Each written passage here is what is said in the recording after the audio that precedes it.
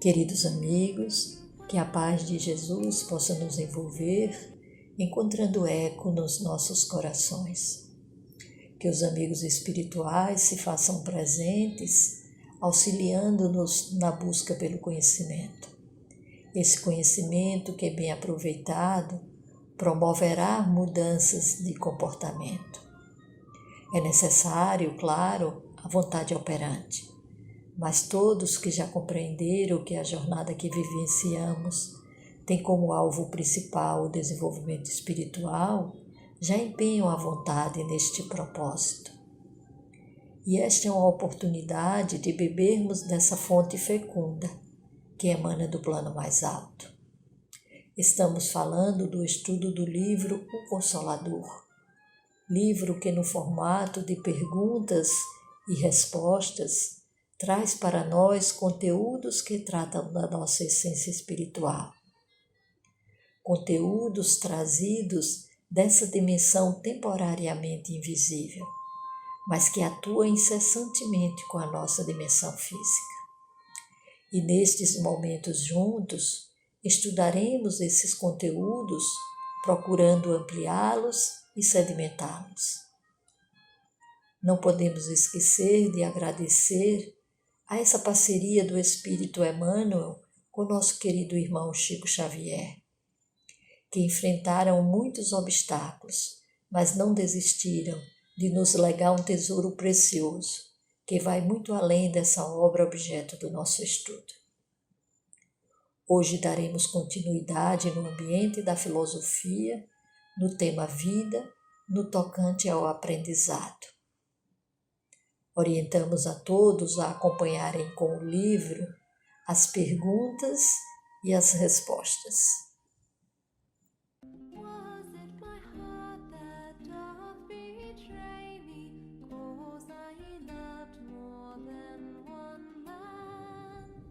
E a primeira questão de hoje é a de número 120. Pode existir inteligência sem desenvolvimento espiritual?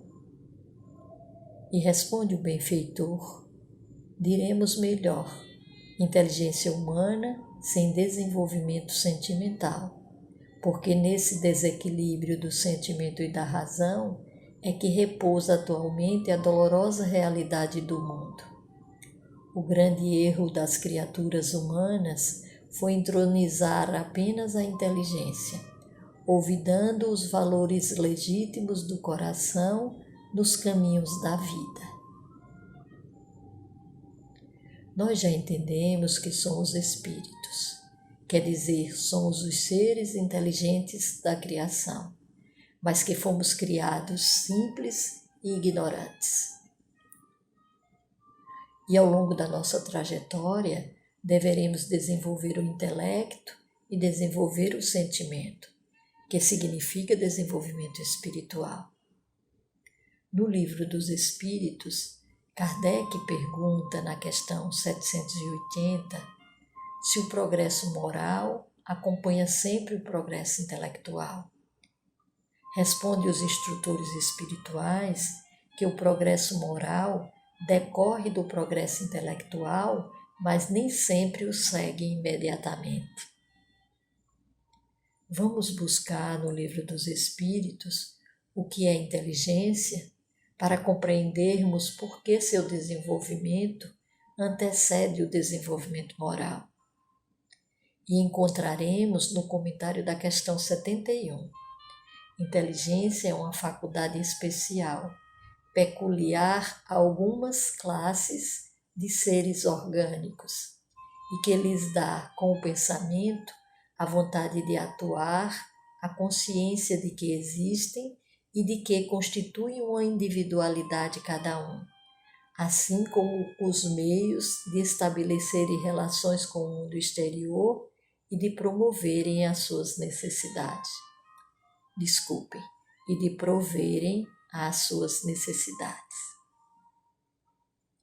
E o que seria a moral? Encontramos na questão 629.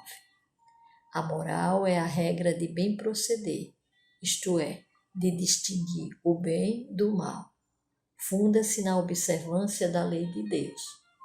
O homem procede bem quando tudo faz pelo bem de todos, porque então cumpre a lei de Deus. Para entendermos a regra do bem viver, é necessário que já tenhamos a consciência de quem somos e de como estabelecer relações. Por isso, o desenvolvimento intelectual desponta primeiro.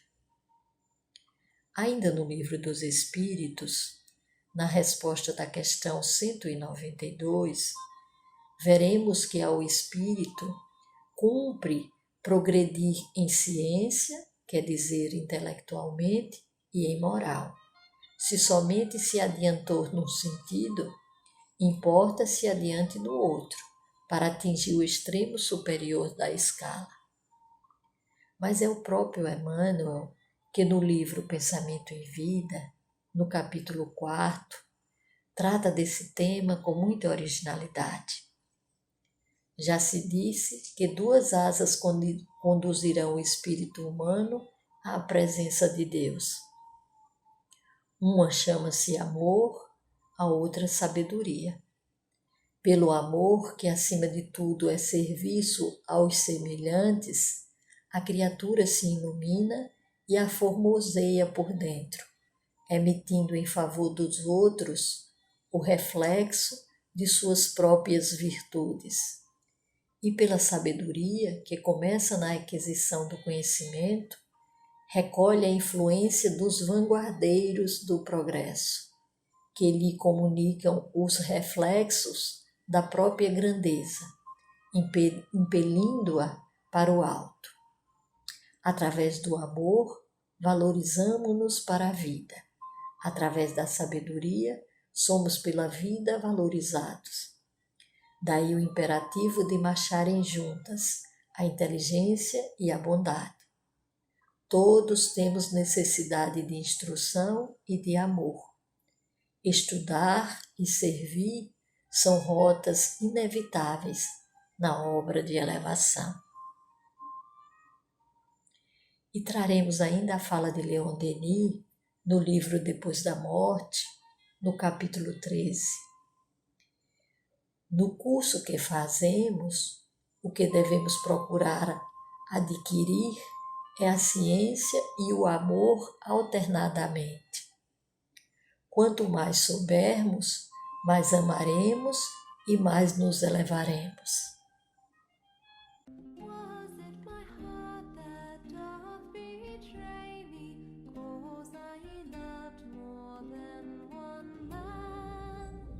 Questão 121. O meio ambiente influi no espírito? Responde Emmanuel.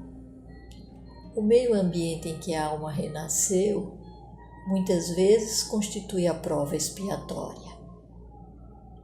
Com poderosas influências sobre a personalidade, faz-se indispensável que o coração esclarecido coopere na sua transformação para o bem, melhorando e elevando as condições materiais e morais de todos os que vivem na sua zona de influenciação.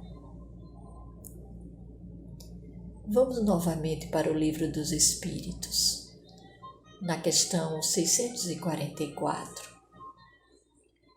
Para certos homens, o meio onde se acham colocados não representa a causa primária de muitos vícios e crimes?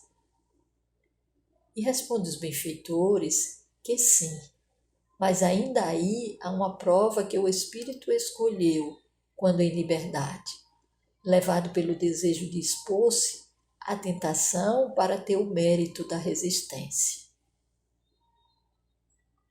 Kardec perguntou, na questão 258, se quando na erraticidade, antes de começar a nova existência corporal, tem o espírito consciência e previsão do que lhe sucederá no curso da vida terrena.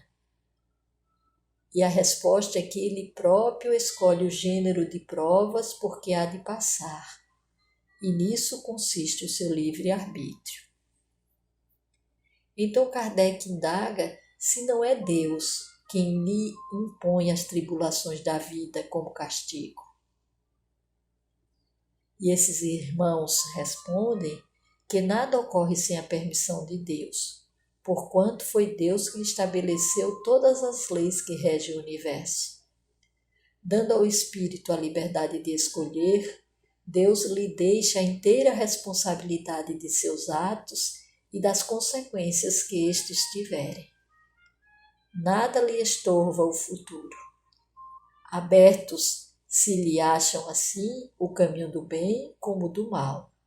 Se vier a sucumbir, restar-lhe-á a consolação de que nem tudo se lhe acabou, e que a bondade divina lhe concede a liberdade de recomeçar o que foi mal feito.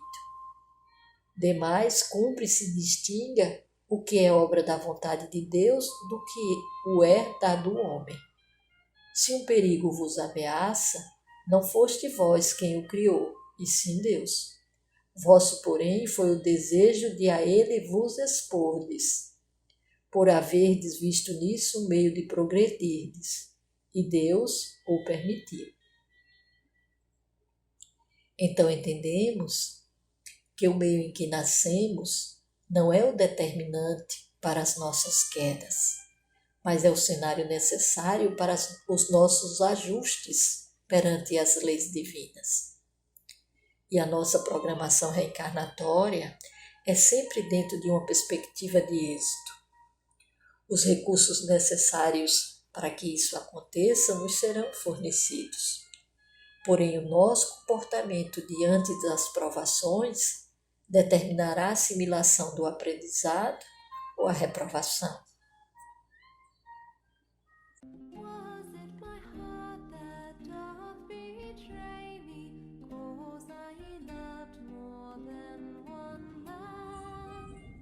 Questão 122. O que se deve fazer para o desenvolvimento da intuição? Responde Emmanuel. O campo do estudo perseverante, com o esforço sincero e a meditação sadia, é o grande veículo de amplitude da intuição, em todos os seus aspectos. Tratando desse tema, Leon Denis, no livro No Invisível, no capítulo 4, expõe que os sentidos psíquicos, inativos no estado de vigilância na maioria dos homens, podem todavia ser utilizados. Basta para isso abstrair-se das coisas materiais, fechar seus sentidos físicos a qualquer ruído, a qualquer visão exterior e, por um esforço de vontade, interrogar esse sentido profundo em que se reúnem todas as nossas faculdades superiores e que nós chamamos de sexto sentido, a intuição, a percepção espiritual.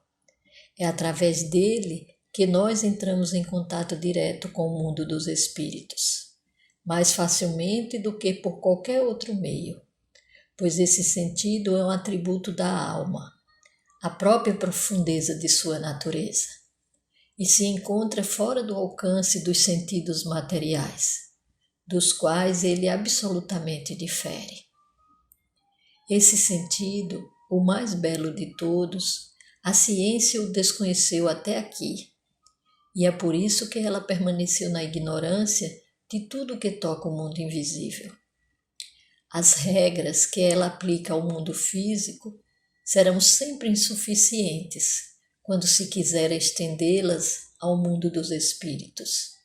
Para penetrar neste, é preciso, antes de tudo, compreender que nós próprios somos espíritos e que não podemos entrar em relação com o universo espiritual senão através dos sentidos do espírito.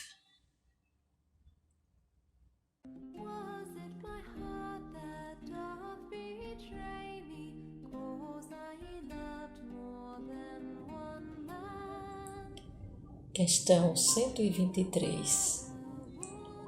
Deve o crente criar imposições absolutas para si mesmo, no sentido de alcançar mais depressa a perfeição espiritual?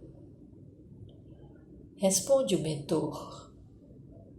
O crente deve esforçar-se o mais possível, mas de modo algum deve nutrir a pretensão de atingir a superioridade espiritual completa de uma só vez, porquanto a vida humana é aprendizado de lutas purificadoras, e no caminho do resgate, nem sempre a temperatura pode ser amena, alcançando por vezes ao mais alto grau para o desiderato do acrisolamento. Em todas as circunstâncias, guarde o cristão a prece e a vigilância. Prece ativa, que é o trabalho do bem, e vigilância, que é a prudência necessária, de modo a não trair novos compromissos. E nesse esforço, a alma estará preparada a estruturar o futuro de si mesma, no caminho eterno do espaço e do tempo, sem o desalento dos tristes e sem a inquietação dos mais afoitos. Voltemos ao Livro dos Espíritos. A questão 192. Pode alguém, por um proceder impecável na vida atual, transpor todos os graus da escala do aperfeiçoamento e tornar-se espírito puro, sem passar por outros graus intermédios? E a resposta: não, pois o que o homem julga perfeito, longe está da perfeição. Há qualidades que lhe são desconhecidas e incompreensíveis.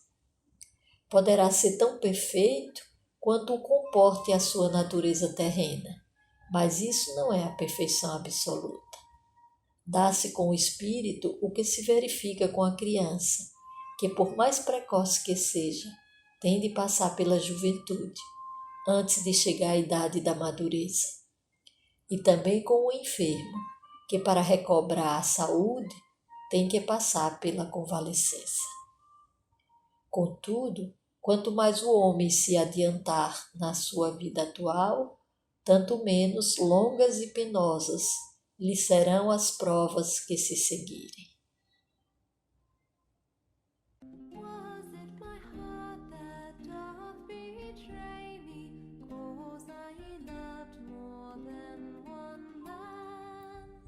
Questão 124. Qual a importância da palavra humana para as conquistas evolutivas do espírito? E responde o mentor: a palavra é um dom divino quando acompanhada dos atos que a testemunhem. E é por meio de seus caracteres falados ou escritos que o homem recebe o patrimônio de experiências sagradas de quantos o antecederam no mecanismo evolutivo das civilizações. É por intermédio de seus poderes que se transmite de gerações a gerações o fogo divino do progresso na escola abençoada da Terra. E mais uma vez esse nosso irmão nos fala da importância dos vanguardeiros do progresso. Lembram da passagem que trouxemos do livro Pensamento e Vida, na questão 120? E agora ele nos esclarece que graças a esse recurso que é a palavra, falada ou escrita, podemos ter acesso e seguirmos o desenvolvimento das civilizações.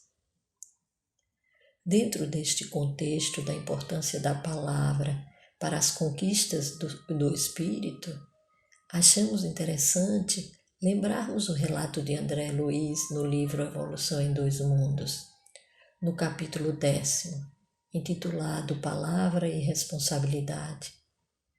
Ele fala do trabalho dos instrutores espirituais desenvolvendo o sistema fonador do homem primitivo. E fala também desse processo de aprimoramento do espírito e da importância da palavra para a evolução do pensamento contínuo. Buscamos um pequeno trecho. Aprende então o homem, com o amparo dos sábios tutores que o inspiram, a constituição mecânica das palavras, provindo da mente a força com que aciona os implementos da voz.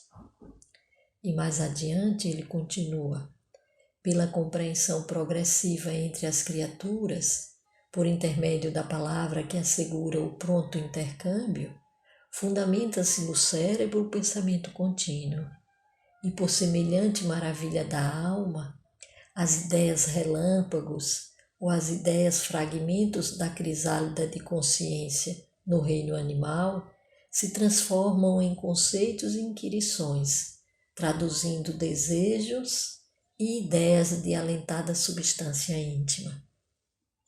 Começando a fixar o pensamento em si mesmo, fatigando-se para concatená-lo e exprimi-lo, confiou-se o homem a novo tipo de repouso, a meditação compulsória ante os problemas da própria vida, passando a exteriorizar inconscientemente as próprias ideias e com isso a desprender-se do carro denso de carne, desligando as células de seu corpo espiritual das células físicas durante o sono comum, para receberem atitude passiva ou de curta movimentação, junto do próprio corpo adormecido, a visita dos benfeitores espirituais que o instruem sobre as questões morais.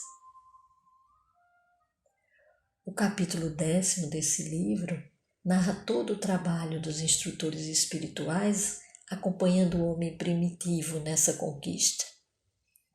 E hoje, no homem odierno, a palavra é um recurso que exterioriza o que trazemos no coração, podendo ser instrumento de incentivo e ajuda ou de desalento e de dor.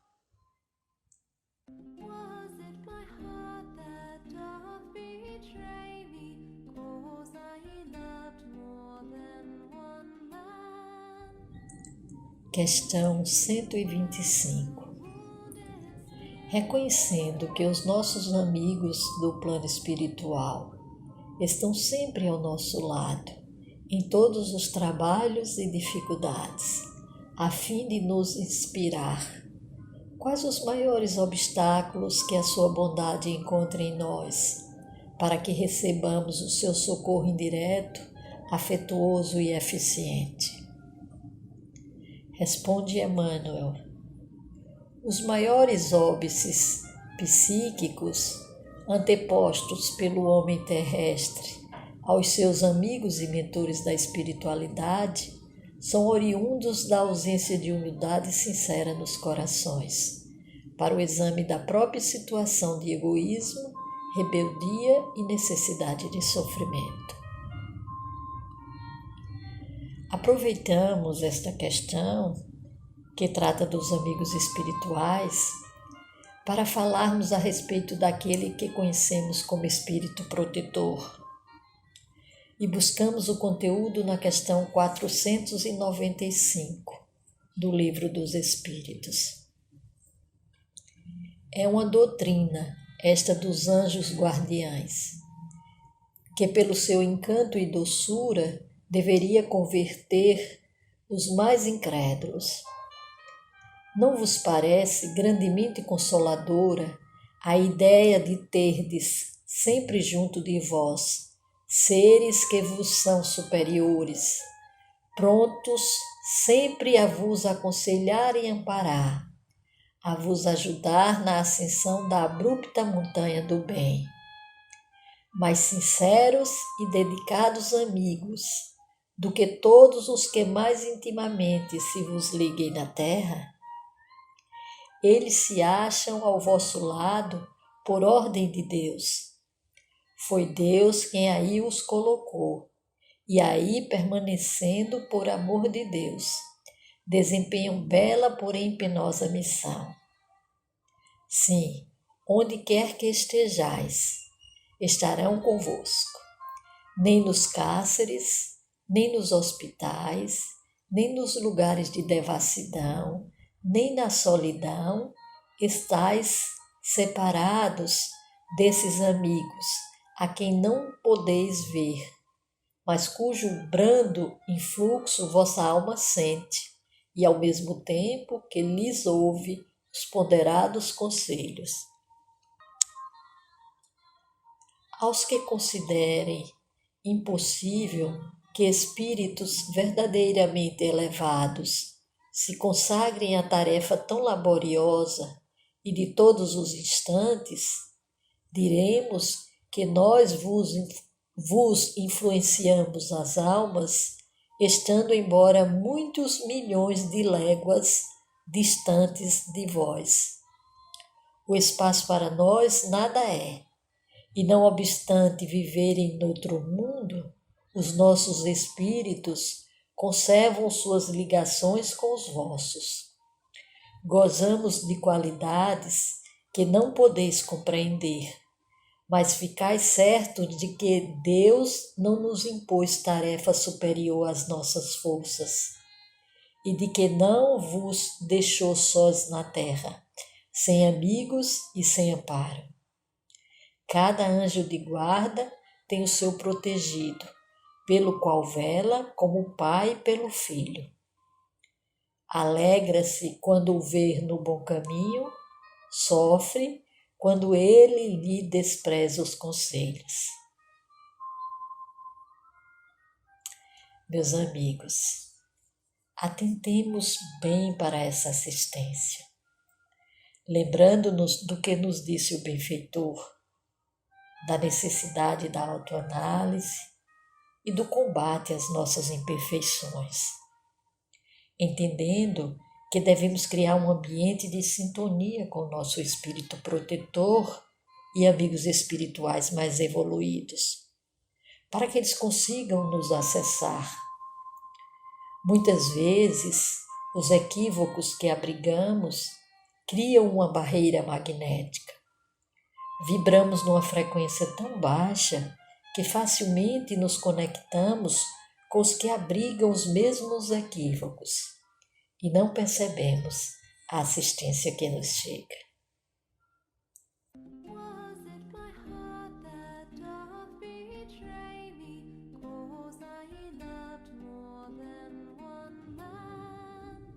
Questão 126. As vibrações relativas ao bem e ao mal, emitidas pela alma encarnada no seu aprendizado terrestre, persistem no espaço para exame e ponderação do futuro? Responde o mentor. À vez de convir conosco que existem fenômenos físicos transcendentes em demasia para que possamos examiná-los devidamente na pauta exígua dos vossos conhecimentos atuais. Todavia, em se tratando de vibrações emitidas pelo espírito encarnado, somos compelidos a reconhecer que essas vibrações ficam perenemente gravadas na memória de cada um. E a memória é uma chapa fotográfica, onde as imagens jamais se confundem. Bastará a manifestação da lembrança para serem levadas a efeito todas as ponderações mais tarde, no capítulo das expressões do mal e do bem. Poderíamos dizer que no mundo físico, temporariamente, nós até conseguimos disfarces para as nossas ações e para os sentimentos que abrigamos, mas a repercussão dessa nossa realidade fica impregnada no ser espiritual. E mais cedo ou mais tarde, teremos que lidar com essa realidade e as suas consequências. E no retorno ao mundo espiritual, então, exporemos o que verdadeiramente somos. A nossa atmosfera psíquica falará por nós. Será perceptível para todos no plano espiritual. Leon Denis, no livro Depois da Morte, no capítulo 32, falando do ser humano, diz que, caído o vestuário de carne, a luz penetra-o e a sua alma aparece nua, deixando ver o quadro vivo de seus atos, de suas vontades, de seus desejos. Momento solene, exame cheio de angústia e muitas vezes de desilusão. As recordações despertam em tropel e a vida inteira desenrola-se com seu cortejo de faltas, de fraquezas e de misérias. E mais adiante ele afirma que o espírito desencarnado traz em si, visível para todos, seu céu ou seu inferno. A prova irrecusável da sua elevação ou da sua inferioridade está inscrita em seu corpo fluídico.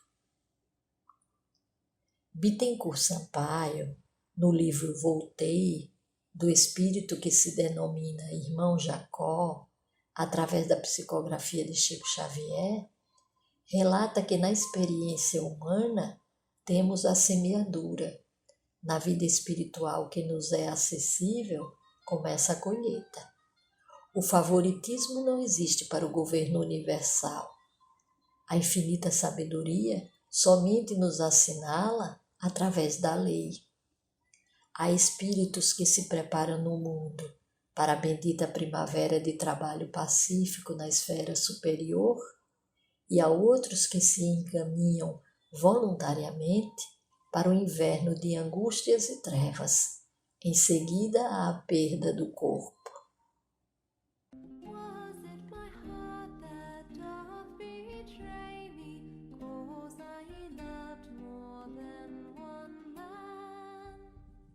Questão 127. O preceito do corpo são, mentalidade sadia, poderá ser observado tão somente pelo hábito dos esportes e labores atléticos? Responde Emmanuel. No que se refere ao corpo são, o atletismo tem papel importante e seria de ação das mais edificantes ao problema da saúde física, se o homem, na sua vaidade e egoísmo, não houvesse viciado também a fonte da ginástica e do esporte, transformando-a em tablado de entronização da violência, do abastardamento moral da mocidade iludida com a força bruta e enganada pelos imperativos da chamada eugenia ou pelas competições estranhas dos grupos sectários, desviando de suas nobres finalidades um dos grandes movimentos coletivos em favor da confraternização e da saúde. Bastará essa observação para compreendermos que a mentalidade sadia somente constituirá uma realidade quando houver um perfeito equilíbrio entre os movimentos do mundo e as conquistas interiores da alma. Nos diz a benfeitora Joana de Ângeles, no livro Autodescobrimento, que o ser humano é um conjunto harmônico de energias, constituído de espírito e matéria, mente e perispírito, emoção e corpo físico, que interagem em fluxo contínuo uns sobre os outros. Não adianta cuidar apenas do corpo físico e esquecer de nutrir a alma. E ela nos diz ainda que o homem é o que acalenta no íntimo. Sua vida mental expressa-se na organização emocional e física, dando surgimento aos estados de equilíbrio como de desarmonia, pelos quais se movimenta. E agora, meus amigos, encerraremos por hoje. Agradecemos a companhia de todos e principalmente dos amigos espirituais que nos acompanham e nos auxiliam no entendimento. Desejamos a todos um fim de semana de harmonia e luz. Até a próxima semana.